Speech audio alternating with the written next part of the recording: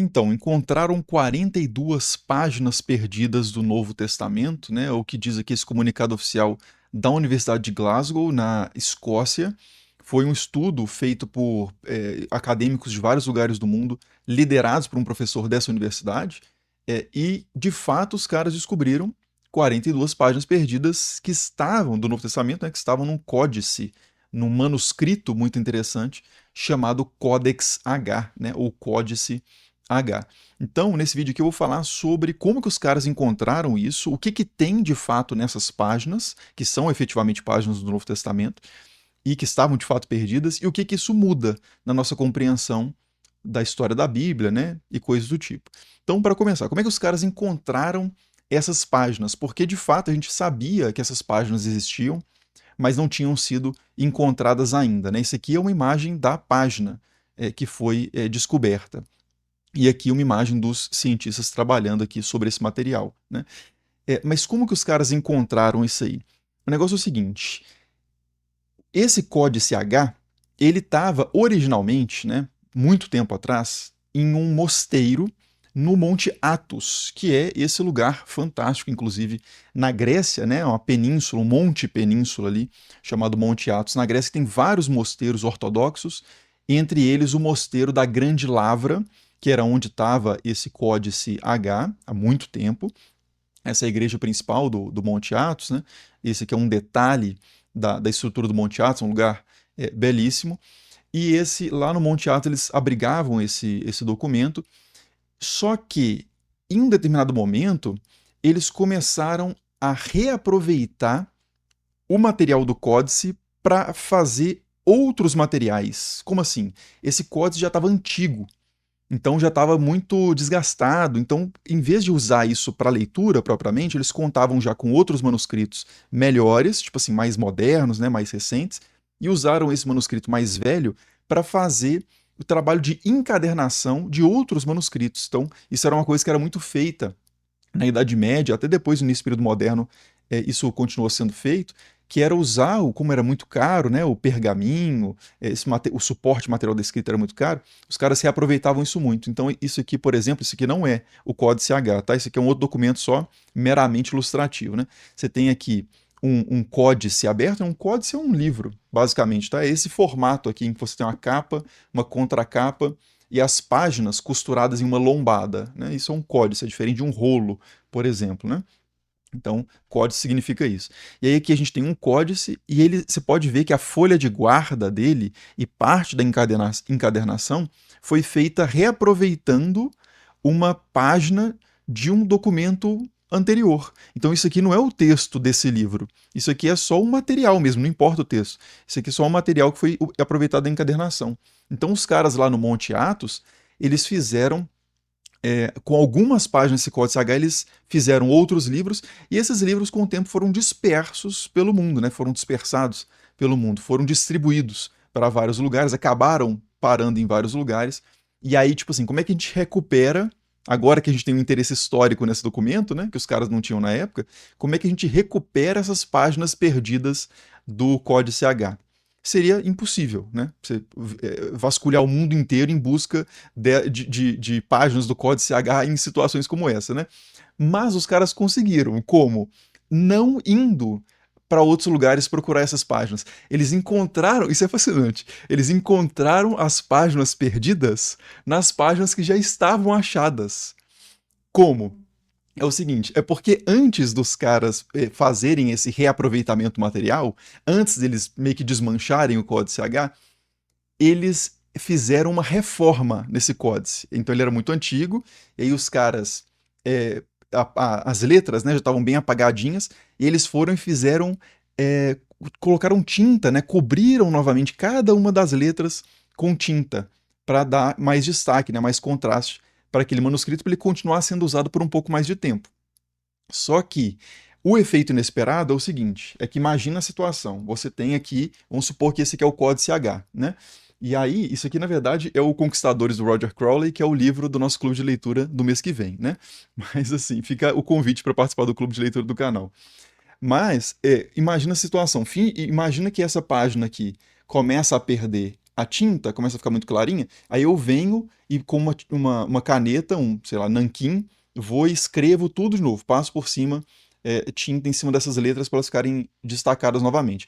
E aí, mesmo eu deixando secar, bonitinho e tal, na hora que eu fecho o livro e deixo ele fechado muito tempo, alguns dos componentes químicos da tinta acabam transferindo por contato para a página da frente, a página que oposta, né, a ela.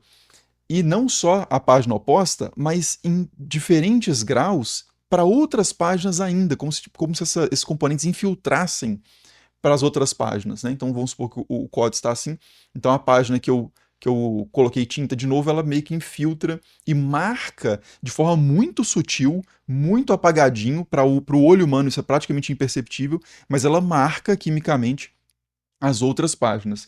Então, mesmo que com o tempo eu perca essa página, né? Então vamos supor que era essa página que eu tinha passado tinta, né? Ficou aqui um tempo e tal, marcou as outras páginas. Mesmo se eu perder essa página, ela deixou uma cópia fantasmagórica nas outras páginas que eu não consigo enxergar. Mas a máquina consegue. Existe uma tecnologia que é o processamento de imagem multiespectral, né? Essa imagem aqui mostra isso. Aqui também não é o código CH, tá? Meramente ilustrativo.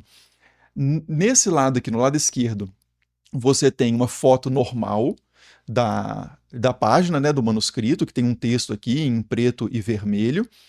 E do lado direito, você tem a mesma página, só que foi feito um processamento digital multiespectral da imagem. Então, em vez de você usar uma câmera comum, você usa uma câmera que consegue trabalhar com vários espectros de luz, né? Daí multiespectral.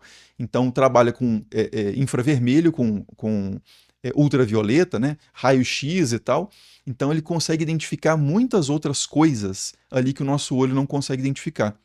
E aí, quando você faz uma análise multiespectral dessa página, você descobre que ela era um palimpsesto, né? O que é um palimpsesto? É um pergaminho que foi reaproveitado, né? Muitas vezes você tem um texto, como eu disse, era muito caro esse material, então os caras se aproveitavam muito. Então você tem uma folha de pergaminho, e aí você raspa a tinta do texto que não te interessa mais e escreve por cima.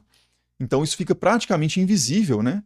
Para o olho humano. Só que quando você submete isso a processamento de imagem multispectral, você consegue ver aqui a marcação do texto que estava antes no manuscrito. Percebe aqui? Ele está em duas colunas no outro sentido, né? Perpendicular ao sentido em que a página foi utilizada posteriormente. Mas você vê aqui um texto em preto que está atrás desse texto vermelho. Então, esse é um exemplo, né, de imagem multispectral, e é isso que os caras estão fazendo nessa imagem aqui. Eles estão encontrando páginas perdidas nas páginas que eles já tinham. Isso que é fantástico, né? Ou seja, as páginas deixaram uma marca, né, registrada nas outras páginas. Não no sentido moderno, né, de registro de marca propriamente, que a MoveOn, por exemplo, faz e está apoiando esse vídeo aqui. O registro de marca no sentido moderno, quando eu digo, eu tenho, por exemplo, uma marca que é o Estranha História, o canal. Se eu não faço um registro de marca burocrático, né, formal, no INPI, que é o órgão que regula isso, outra pessoa pode registrar a marca antes de mim, mesmo eu tendo usado isso muito antes, mesmo eu tendo essa marca no meu CNPJ, não importa. Se eu não registrei no INPI, alguém pode registrar antes e pode me impedir de usar a marca que eu criei, porque ele registrou primeiro. Então, se você tem uma empresa, né, procure aí o pessoal da MoveOn para registrar sua marca, eles fazem isso, todo o processo burocrático, né, que é um tanto complexo para vocês, né?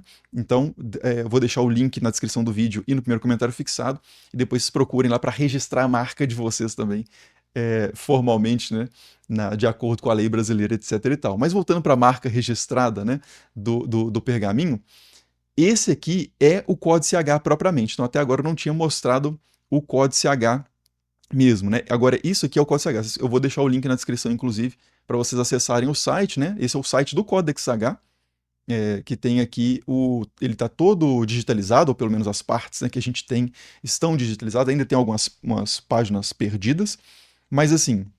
Então, são as páginas e a transcrição aqui em grego, né, o texto em grego do Novo Testamento, são cartas de Paulo, aqui especificamente 1 Coríntios, capítulo 10, versículos 22 a 27. E isso aqui é uma foto normal do códice, de uma página do códice H. Agora, essa página aqui, que é o fólio 1, o verso, né? O verso, você tem sempre os fólios verso e recto, né? Que é verso e reto, frente e verso, como se fosse. E aí aqui, então, você tem uma página que já não é, você vê que já não é uma foto normal, né? Parece uma coisa meio metalizada. Isso aqui é imagem multispectral. Vocês veem que vocês conseguem ver algumas letras do grego aqui por cima de outras, né? Por causa dessa identificação, dessas marcações químicas que ficaram na página. Então você consegue encontrar páginas perdidas nas páginas que já tinham sido encontradas. Então aqui já está incorporado aqui, né, ao site algumas dessas páginas obtidas por processamento de imagem multispectral. Tá, mas o que importa tudo isso, né? No fim das contas, que tipo de texto que a gente encontra aqui nessas páginas, como é que isso muda nossa compreensão, o que isso acrescenta à nossa compreensão do Novo Testamento e da tradição de leitura bíblica? É o seguinte, é porque o Códice H, ele é um documento muito importante porque ele é o primeiro registro, a primeira evidência, o primeiro testemunho de algo chamado tradição eutaliana ou sessões eutalianas ou tradição, já falei, eutaliana, né? Aparato eutaliano era a palavra que eu estava procurando. São termos que são aplicados que significam o seguinte, que ao longo da história, você tem o texto do Novo Testamento, beleza. Mas quando a gente pega uma Bíblia, se eu pegasse uma Bíblia aqui, que não tem uma à mão, mas se a gente pegasse uma Bíblia, você veria não só o texto, mas você vê, às vezes, umas notas de rodapé, você vê algumas referências cruzadas, né, indicando que aquela passagem tem relação com outra passagem. Você vê divisão em capítulos e em versículos. Você vê, às vezes, letras maiúsculas e letras minúsculas. Você vê o título da Bíblia, do livro da Bíblia, por exemplo, o Evangelho segundo João. Ou você também vê títulos de sessão, por exemplo, a mulher adúltera pega a mulher pega em adultério. Aí vem a história lá no Evangelho de João. Então tem uma série de elementos paratextuais, que não são exatamente o texto propriamente dito, que fazem parte do documento que a gente trabalha hoje. Então muitas vezes alguém fala assim, ó, lê aí o capítulo 50 de Isaías. Isso só é possível fazer não por causa do texto em si de Isaías, mas porque há uma divisão em capítulos, concorda? Então isso muda a nossa forma de organizar o texto, de pensar sobre o texto, de usar o texto bíblico. E esse é um dos primeiros exemplos de uma padronização de divisão em linhas, seções, né? Basicamente os capítulos, referências cruzadas indicando que uma passagem do Novo Testamento está fazendo referência a tal passagem do Antigo Testamento. Para quando você lê uma Bíblia no celular, por exemplo, Mateus fala assim, isso aconteceu para que se cumprisse a escritura. Aí tem lá um rodapé, um númerozinho, você clica e ele fala assim, essa escritura é Isaías capítulo tal. Então esse tipo de referência, né, não é uma parte do texto propriamente, mas você encontra isso na Bíblia com a qual a gente interage hoje, que tem texto e paratextos. Então a tradição eutaliana é uma das mais antigas padronizações de organização da Bíblia para leitura e para estudo. E por que eu falo para leitura também? Porque é o seguinte, isso aqui é um outro códice, muito importantíssimo, um dos mais importantes de todos os códices bíblicos, né, de manuscritos bíblicos que a gente tem, que é o Codex Vaticanus, né, o Códice Vaticano. E aqui é uma página que tem o final do Evangelho de Lucas, está escrito aqui, Catá Lucaum, né, que é de acordo com Lucas, né, segundo Lucas, o Evangelho segundo Lucas. O título, na verdade, nesses códices, geralmente é no final, é quando acaba o livro, aí tem o nome, né, e aí começa o Evangelho de João aqui, né, em arque, em logos, etc e tal. Então aqui você já tem o Evangelho de João, que não está escrito segundo João, né? Na verdade está escrito aqui em cima assim. Mas no final vai ter o colofão, né? Que também é essa referência no final do texto ao que é aquele texto. E tem umas notas também de canto e tal, beleza. E aí, esse evangelho aqui, essa página, repara um detalhe. Quando a gente vai para uma coluna de texto, né, ele está dividido aqui em 3 colunas, você lê da esquerda para a direita a linha, depois para a próxima, normal, acaba a coluna, você começa a ler aqui. Normal, beleza. Só que cadê as palavras disso aqui? Tá tudo junto, percebe? É como se o escriba e o texto original, né, os textos mais antigos são todos assim. Isso é uma forma de escrita que era muito comum antigamente, que é scriptio continua. Né? Você escreve tudo de forma contínua, sem separar a palavra, e tudo em maiúscula. No caso aqui são unciais, né? É que são essas maiúsculas arredondadas. Então, é como se o escriba fosse uma metralhadora de letras e ele não faz distinção entre o que é uma nova palavra, novo parágrafo. Em alguns casos você tem divisões assim, mas não são padronizadas. Mas esse aqui você vê que é uma metralhadora de caracteres aqui, né? E aí, pro leitor, seja numa leitura individual, seja numa leitura pública, principalmente numa leitura pública, em voz alta, isso aqui dificulta um bocado. Então, se você aplica outra técnica, que é algo que a gente encontra na tradição eutaliana, que é a escrita esticométrica, né, de estikoi, que é linhas em grego, você separa isso aqui em linhas que façam sentido, que não cortem, não acabam a palavra, não cortam a palavra no meio, por exemplo. Porque aqui o critério de passar para a próxima linha é porque acabou o espaço da coluna.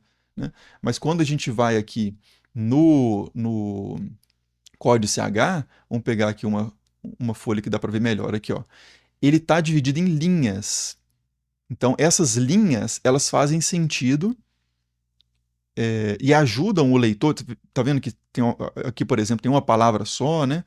Isso aqui ajuda o leitor no ritmo ali da leitura e para a compreensão do texto. Então, esse tipo de organização, de modificação do texto sem trocar nenhuma informação, não estão colocando nenhuma nova frase de Paulo, nada disso. Mas é uma mudança na forma de apresentar o texto que impacta a leitura, né? E mostra qual que é o interesse do uso daquele texto. Se é um uso de estudo, se é um uso de leitura pública, enfim. Então, no fim das contas, a importância do Códice H não diz respeito à reconstrução crítico-textual da Bíblia. Só um parênteses, né? Quando a gente pega uma tradução contemporânea da Bíblia, se a gente pega a Bíblia de Jerusalém que eu tenho ali, a Bíblia Tebe, João Ferreira de Almeida, Nova Versão Internacional, qualquer Bíblia que seja, quando você pega isso, você não está lendo nenhum manuscrito antigo. Primeiro que você já está lendo uma tradução, mas mesmo ignorando a questão da tradução, o texto que foi traduzido não é o texto de nenhum manuscrito específico antigo, no caso do Novo Testamento. É um texto que é uma reconstrução crítica, é um texto crítico, uma edição crítica do Novo Testamento. O que isso significa? Que uma comissão de estudiosos pegou vários manuscritos, de séculos diferentes inclusive, e aí, comparando esses vários manuscritos que têm divergências entre eles, né, não são muito significativas, mas tem algumas divergências. Tem alguns manuscritos que têm passagens inteiras que outros não têm. Já fiz um vídeo sobre a passagem da mulher adúltera, a mulher pega em adultério, né, do Evangelho de João, do Atire a Primeira Pedra. Isso não está nos manuscritos mais antigos, só aparece em manuscritos posteriores. Mas isso é um exemplo dramático, a maior parte dos exemplos não é tão dramático assim, não. Mas você pega esses vários manuscritos, faz uma comparação entre eles e produz um novo texto que é uma edição crítica baseada nesses vários manuscritos que você acredita ser o mais próximo do texto original, porque a gente não tem os originais de nenhum texto bíblico, né? A gente só tem cópias posteriores. Então, esse trabalho de edição crítica ele depende de uma fartura de manuscritos.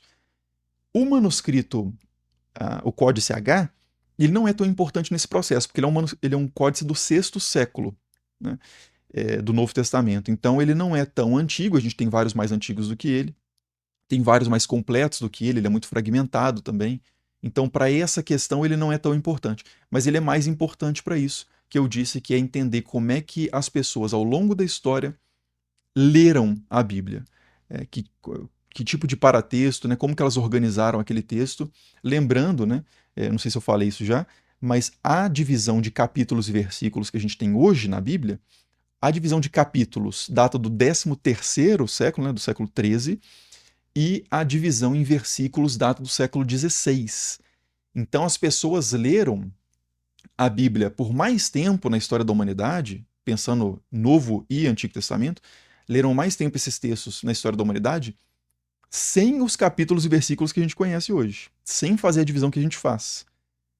E como eu disse, isso é sutil, né? Pode ser, não é assim uma modificação de uma palavra, não é uma modificação de uma passagem, não é uma modificação de um sentido total assim do texto, mas é algo que afeta também a nossa leitura, né?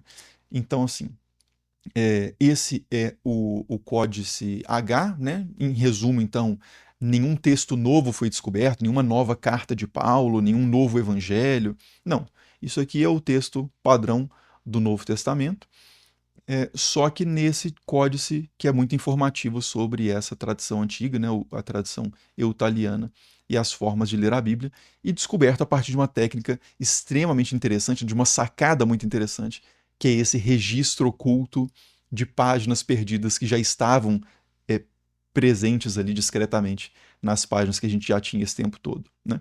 Então fica aí a notícia comentada, né, dessa descoberta que foi publicada há poucos dias. Estou gravando isso aqui dia 27, foi publicado dia 24. Eu estou bem rápido aqui nesses comentários de notícias, né? E é isso. Muito obrigado, como sempre, por assistir e até o próximo vídeo. Falou!